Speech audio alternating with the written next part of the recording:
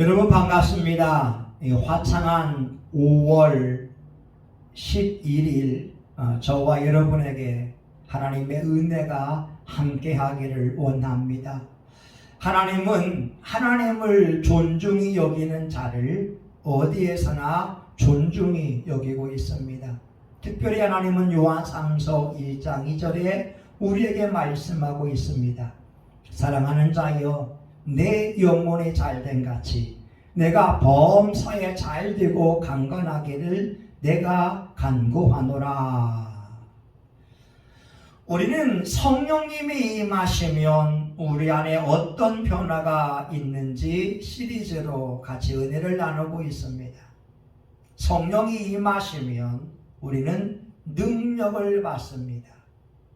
무능한 자가 성령님을 만나게 되면 유능한 자가 되어지고, 어리석은 자가 성령님을 만나게 되면 지혜로운 자가 되어지고, 기도원같이 겁쟁이가 성령의 사람이 되어지자 그에게 통치의 능력이 임하게 되었습니다.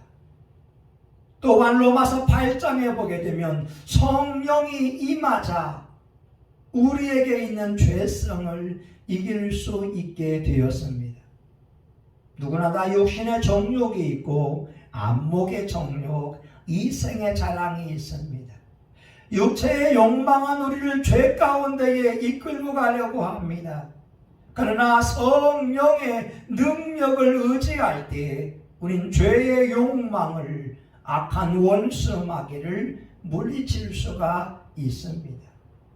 오늘은 세 번째로 성령님이 임하시면 하나님 앞에 즐거이 예물을 드릴 수 있습니다. 제1의 생명은 예수입니다. 제2의 생명은 돈입니다.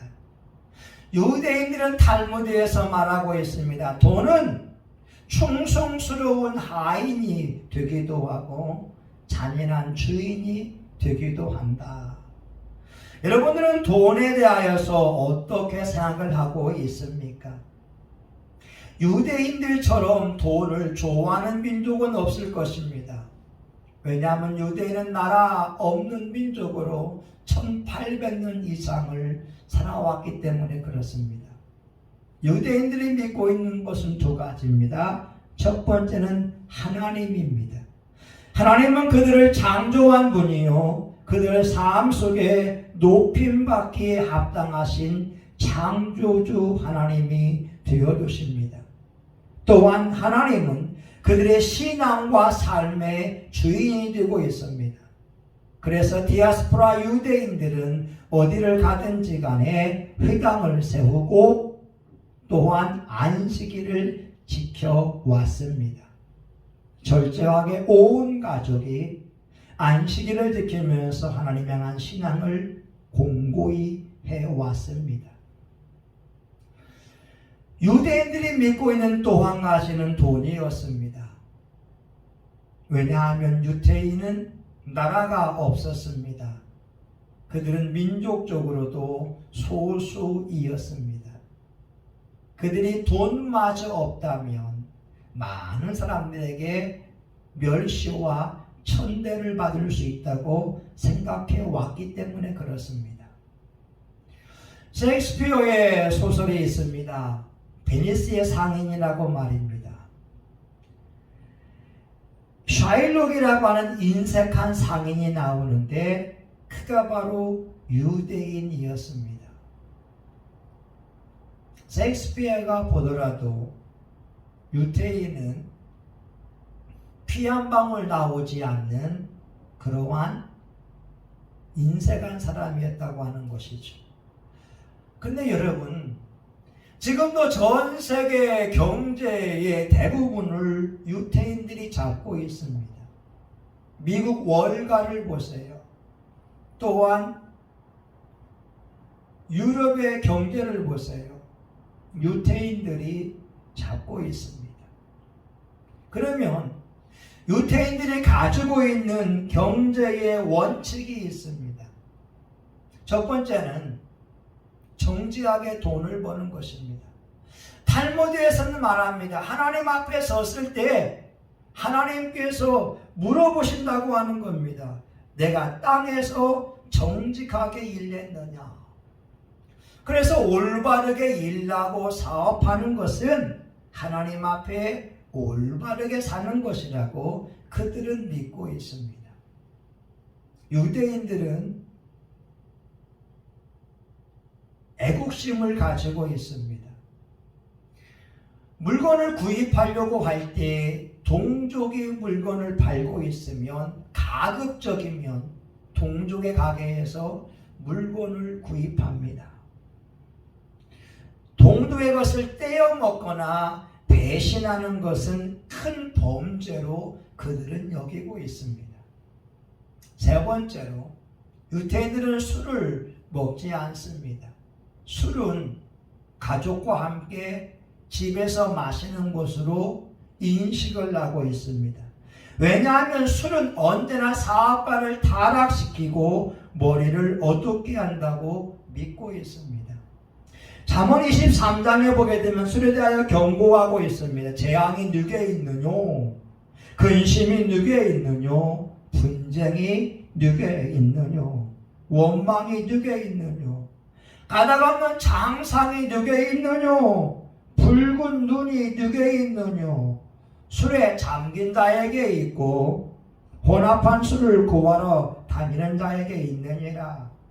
포도주는 붉고 잔에서 번쩍이며 순하게 내려가나니 너는 그것을 보지도 말지어다. 이것이 마침내 뱀같이 물 것이요 독사같이 쏠 것이며 또 내 눈에는 괴이한 것이 보일 것이요 내 마음은 망령된 것을 바랄 것이며 너는 바다 가운데 누운 자 같을 것이요 돛대 위에 누운 자 같을 것이며. 성경은 술을 조심하라고 말씀하십니다. 재앙이 누게 있느냐? 근심이 누게 있느냐? 분쟁이 누게 있느냐? 술 취한 자에게 있다고 말씀합니다. 술은 뱀같이 물 것이며 독사같이 쏠 것이라고도 경고하고 있습니다. 그래서 유대인들은 술을 철저하게 조심합니다. 마지막 네 번째, 유대인들은 돈을 번 데 있어서 육체의 노동을 소중하게 여기고 있습니다. 탈무드에게는 이와 같이 말하고 있죠. 아버지가 자식에게 기술을 가르치지 않으면 그 자식을 도둑으로 만드는 것이다. 다시 말하면 손에 기술을 가지는 것이 중요하다라고 하는 것입니다. 우리 속담에도 이런 말이 있습니다. 가마 타고 가는 사람은 일찍 죽고 가마를 메고 가는 사람은 오래 산다. 손으로 일내야 축복입니다. 모세도 양치는 삶을 살아왔습니다. 다윗도 양치의 삶을 살아왔습니다. 아모스도 뽕나무를 치는 사람이었습니다. 기드온도 일하는 사람이었습니다. 예수님, 베드로, 야고보, 요한 모두가 자기가 해야 할 그 일을 열심히 하던 사람들이었습니다. 유대인들이 가지고 있는 돈에 대한 이 원칙이 오늘 저와 여러분도 한번 살펴보았으면 좋겠습니다. 오늘 본문에 있는 말씀을 보게 되면 초대교회 교인들이 합심하여서 기도하고 있는 내용이 됩니다.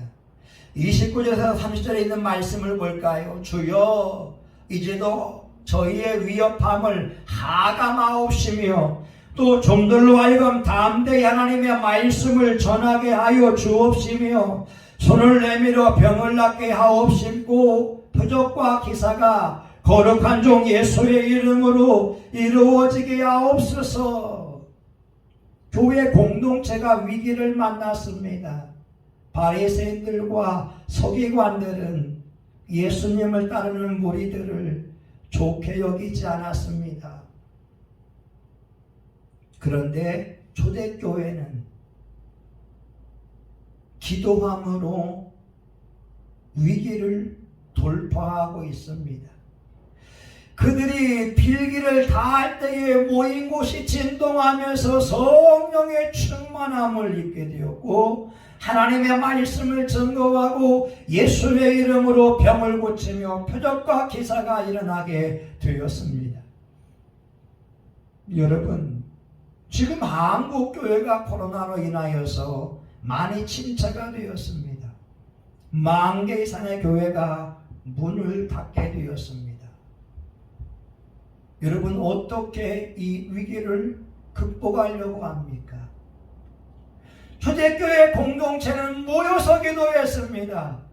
주여 저희의 위협함을 하다마옵시며 하나님 앞에 기도하기 시작했습니다. 그들에겐 분명한 것은 담대히 복음을 전파하고 예수의 이름으로 손을 내밀어 병을 낫게 하시고 표적과 기사가 예수의 이름으로 이루어지게 하옵소서.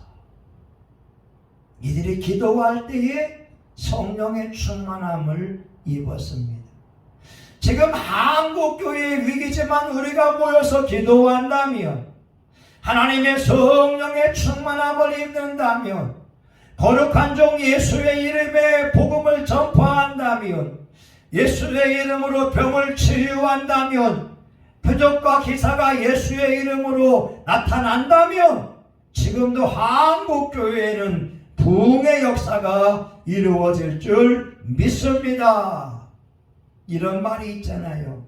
우리는 예배드리고 하나님은 복을 주신다. 우리가 예배드리면, 우리가 기도하면 하나님은 숨어있는 전사분들을 통하여 우리 경제를 공급하여 주십니다. 오늘은 초대교회 공동체가 기도하고 성령 충만함을 받았을 때에 그 공동체의 물질에 대한 가치관이 변화가 일어났습니다. 첫 번째, 성령이 임하자 핍절함이 사라졌습니다. 34절에 보게 되면 그 중에 핍절한 사람이 없으니 성령이 임하자 가난한 자가 사라지게 되었습니다. 성령이 임하자 그들 속에 만족감이 생겼다고 하는 것입니다. 성령이 임하자 그들의 행복지수가 올라갔다고 하는 것입니다. 초대교회 당시는 로마의 지배를 받고 있었습니다. 이스라엘 사람들은 자기들의 농작물을 세금으로 바칠 수밖에 없었습니다. 그들이 예수님을 믿기 전이나 믿고 나서나 동일하게 로마의 지배를 받고 있었습니다. 그런데 예수님을 믿기 전에는 성령 충만함을 받기 전에는 모든 것이 가난했습니다. 핍절했습니다. 부족했습니다. 만족감이 없었습니다. 무거운 세금을 내야 되고 피전국민의 아픔을 경험해야 했습니다. 헤롯의 복종도 그대로였습니다. 변한 것이 없었습니다. 그러나 바뀐 것이 있다면 그들의 환경은 변화받지 않았으나 그들의 마음속에는 하나님의 평강과 위로함이 넘치게 된 것이었습니다. 높은 산이 거친 들이 조막이나 궁궐이나 내 주 예수 모신 곳을 그 어디나 하늘나라 할렐루야 찬양하세 내 모든 죄 사함받고 주 예수와 동행하니 그 어디나 하늘나라. 성령님이 임하시자 그들의 마음속에 평강이 임하고 부유의식으로 가득 차게 되었습니다. 다시 말하면 가난함의 의식, 핍절한 생각이 사라지게 된 것이었습니다. 우리가 매월 1,000만 원을 번다고 해보세요. 그러나 그 마음속에 씀씀이 부족하다고 한다면 1,000만 원 버는 사람도 가난한 사람입니다. 그런데 매달 100만 원 버는 사람이 100만 원으로 만족을 하고 저축을 하고 있다면 액면가 100만 원은 작은 것이지만 그는 부유한 사람이라고 하는 것입니다.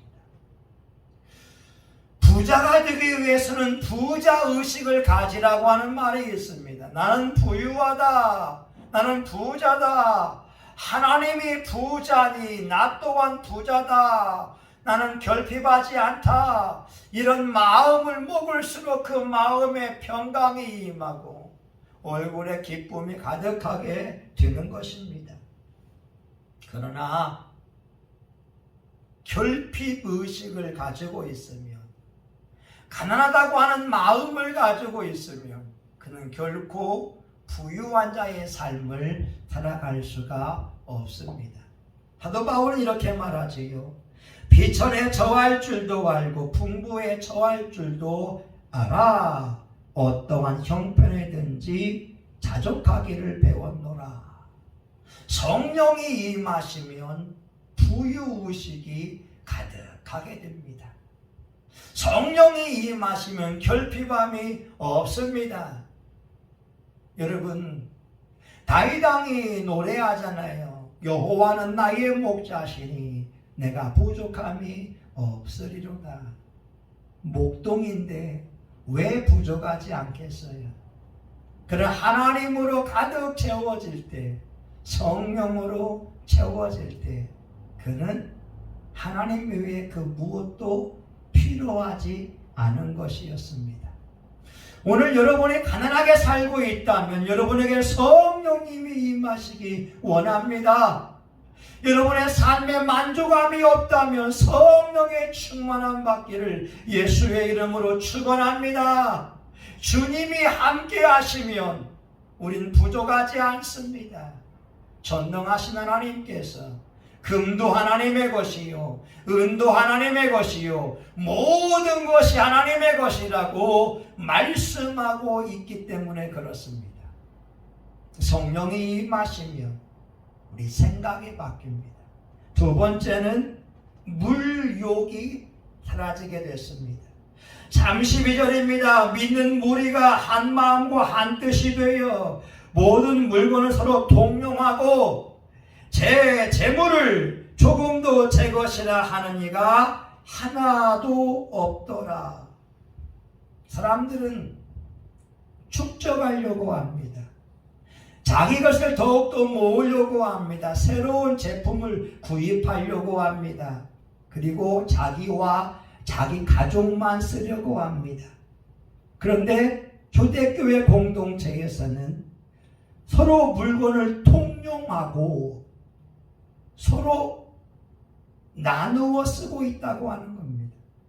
다시 말하면 100명의 사람들이 모여 있는데 그들을 위해서 비누 10개와 치약 10개를 사왔다고 해보세요. 이 10개의 치약과 비누가 100명을 위해서 공동으로 사용하는 물품이라고 하는 것입니다. 이 물건을 사온 사람이 내가 사왔기 때문에 나 혼자 쓴다고 하는 인색한 태도를 보이는 것이 아니라, 내가 사왔기에 내 것이라고 주장하는 것이 아니라 공동체를 위해서 기꺼이 내어놓고 있다는 것입니다. 저도 서울에 가게 되면 태성교회에 가서 제 칫솔이 있습니다.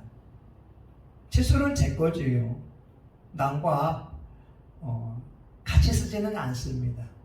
그러나 치약은 같이 씁니다. 누군가 그 교회를 위해서 치약을 사 놓았기에 치약을 함께 쓸 수 있는 것입니다. 초대교회는 바로 그러한 물욕이 사라지는 놀라운 변화가 일어난 것이었습니다. 35절을 보게 되면 사도들의 발 앞에 둠에 저희가 각 사람의 필요를 따라 나눠주미로라.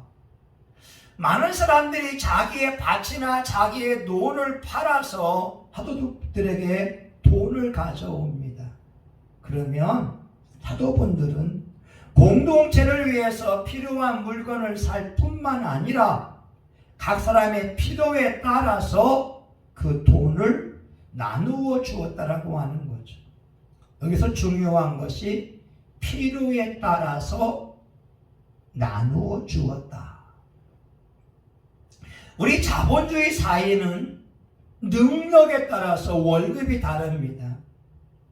능력이 많은 사람은 대우를 받고 능력이 많은 사람은 월급이 많이 받게 됩니다. 그러나 능력이 적은 사람은 무시를 당하기도 하고 월급이 적을 수밖에 없습니다. 심지어 취직이 안 되기도 합니다.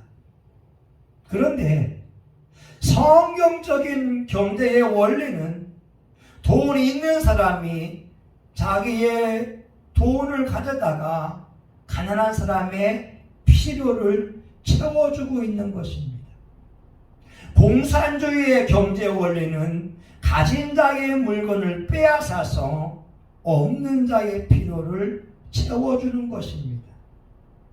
이것은 나쁜 것입니다. 악한 것입니다. 선한 의도를 가지고 하지만 결과적으로 방법은 나쁜 것입니다. 왜냐하면 있는 자의 물건을 강제로 빼앗기 때문에 그렇습니다. 그런데 성령 충만함이 임하게 되면 부유한 자들이 자발적으로 강요에 의하지 않고 의무적이지 않고 즐거운 마음으로 자기 소유를 팔아서 가난한 자의 필요를 채워주게 됩니다. 이것이 바로 능력이라고 하는 것이 됩니다. 지금 한국교회의 오케이 운동이 들불처럼 퍼지고 있습니다. 이 오케이 사역에 동참하는 교회와 단체가 800개가 넘고 있습니다. 오케이 사역에 동참하는 교회를 중심으로 5km 반경에 가난한 자들, 약한 자들, 독거노인들, 고아들, 노숙인들, 어려운 자들을 섬기는 일을 하고 있습니다. 이 오케이 운동은 회원들이 자발적으로 물건을 기부하거나 돈을 모아서 섬기고 나누는 삶을 살고 있는 것입니다. 얼마나 아름답습니까? NCMN이라고 하는 이 선교단체는 회원들이 돈을 내서 지역 사람을 섬기는 것입니다. 국가의 도움을 요구하는 것이 아닙니다. 자기 있는 물질을 가지고 도움이 필요한 자들의 필요를 채워주고 있는 것입니다. 여러분, 얼마나 멋지고 아름다운 사역입니까? 한국 사회에서 선한 일을 했던 사람 중에 한 사람이 유한양행을 만들었던 유일한 박사이었습니다. 그는 1885년도에 태어나서 9살 나이에 미국으로 공부하러 유학을 갔습니다. 회사를 설립하게 되고 독립운동을 하다가 21년 만에 고국에 돌아왔습니다. 그가 한 일은 약값이 없어서 치료받지 못하는 국민들을 위해서 제약회사를 만드는 일이었습니다. 그는 자기의 회사를 가족들에게 물려준 것이 아니라 사회에 환원시켰습니다. 그가 죽을 때에는 손녀에게 1만 달러 1,000만 원의 장학금을 주고 학생들이 뛰어놀 동산 조성을 목적으로 딸에게 5,000평의 땅을 준 것 외에는 모든 것을 사회에 환원시켰습니다. 하나밖에 없는 아들에게는 대학까지 보냈으니 너도 내 발로 서라. 그리고 돈 한 푼 주지 않았다고 하는 것입니다. 그는 살아있을 때 하나님의 기업으로 알고 최선을 다해서 경영을 하고 죽을 때는 세상 것으로 알고 세상에 남기고 환원시킨 사람이었습니다. 누구나 다 돈을 모으려고 합니다. 그 돈을 자기 가족들에게 물려주려고 합니다. 그러나 초대교회 사람들은 제 것을 제 것이라고 말하는 사람이 하나도 없었습니다. 모든 것이 하나님의 것이었기 때문에 그렇습니다. 여러분, 어떻게 이런 일이 일어날 수 있겠습니까? 성령님이 임하시면 가능합니다. 성령님이 임하시면 제 것을 제 것이라 주장하지 않고 가난하고 약한 자들을 위하여 자기 물건을 기꺼이 내어놓을 수가 있습니다. 마지막 세 번째가 성령이 임하자 그들은 물질을 하나님 앞에 드리게 되었습니다. 34절 35절에 보게 되면 그 중에 핏절한 사람이 없으니 이는 밭과 집 있는 자는 팔아 그 판 것의 값을 가져다가 포도들의 발 앞에 두매 저희가 각 사람의 필요에 따라 나눠 주미러라. 물질의 욕심에서 자유케 되는 것이 성령님의 역사이고 그리고 그 물질을 하나님께 드리는 것이 성령님의 역사입니다. 여러분, 헌금 또한 이 영적인 사건입니다. 자기의 소유를 하나님 앞에 드릴 수 있는 것은 성령님이 역사할 때 가능케 되는 것이었습니다. 오늘날도 믿음의 충만함을 입으면 하나님 앞에 기쁨으로 드릴 수가 있습니다. 그러나 우리가 믿음이 약해지면 하나님께 예물 드리는 것을 주저하기 시작합니다.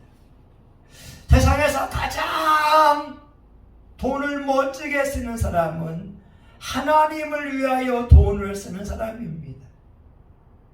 예수의 이름으로 가난한 사람을 위하여 돈을 쓰는 사람이 가장 멋진 사람이라고 하는 것입니다. 그러기 저와 여러분들이 여러분의 물질관을 한번 점검해 보았으면 좋겠습니다. 어떤 분은 10년 동안 20억의 물질을 플로잉한 사람이 있습니다. 자기 자신을 위해서 20억을 모은 것이 아니라 가난한 목회자들과 선교사들을 위하여 흘려보내는 일을 한 것입니다. 제가 알기로 한국교회에서 멋진 교회가 있습니다. 교회 공동체에서 중직자들을 위하여 21대의 멋진 자가용을 뽑아준 교회가 있습니다.